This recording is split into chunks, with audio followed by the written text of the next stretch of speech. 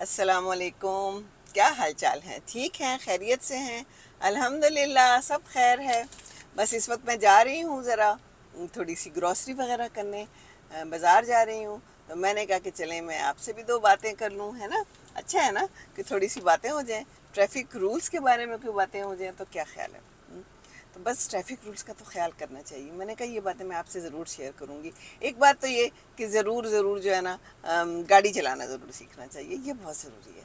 گاڑی چلائے بغیر تو زندگی کیسے گزرے گی؟ زندگی گاڑی کیسے چلے گی؟ بڑا مشکل ہے. کیونکہ بہت سے کام ہوتے ہیں جو خود کرنے پڑتے ہیں، زندگی میں کرنے پڑ جاتے ہیں.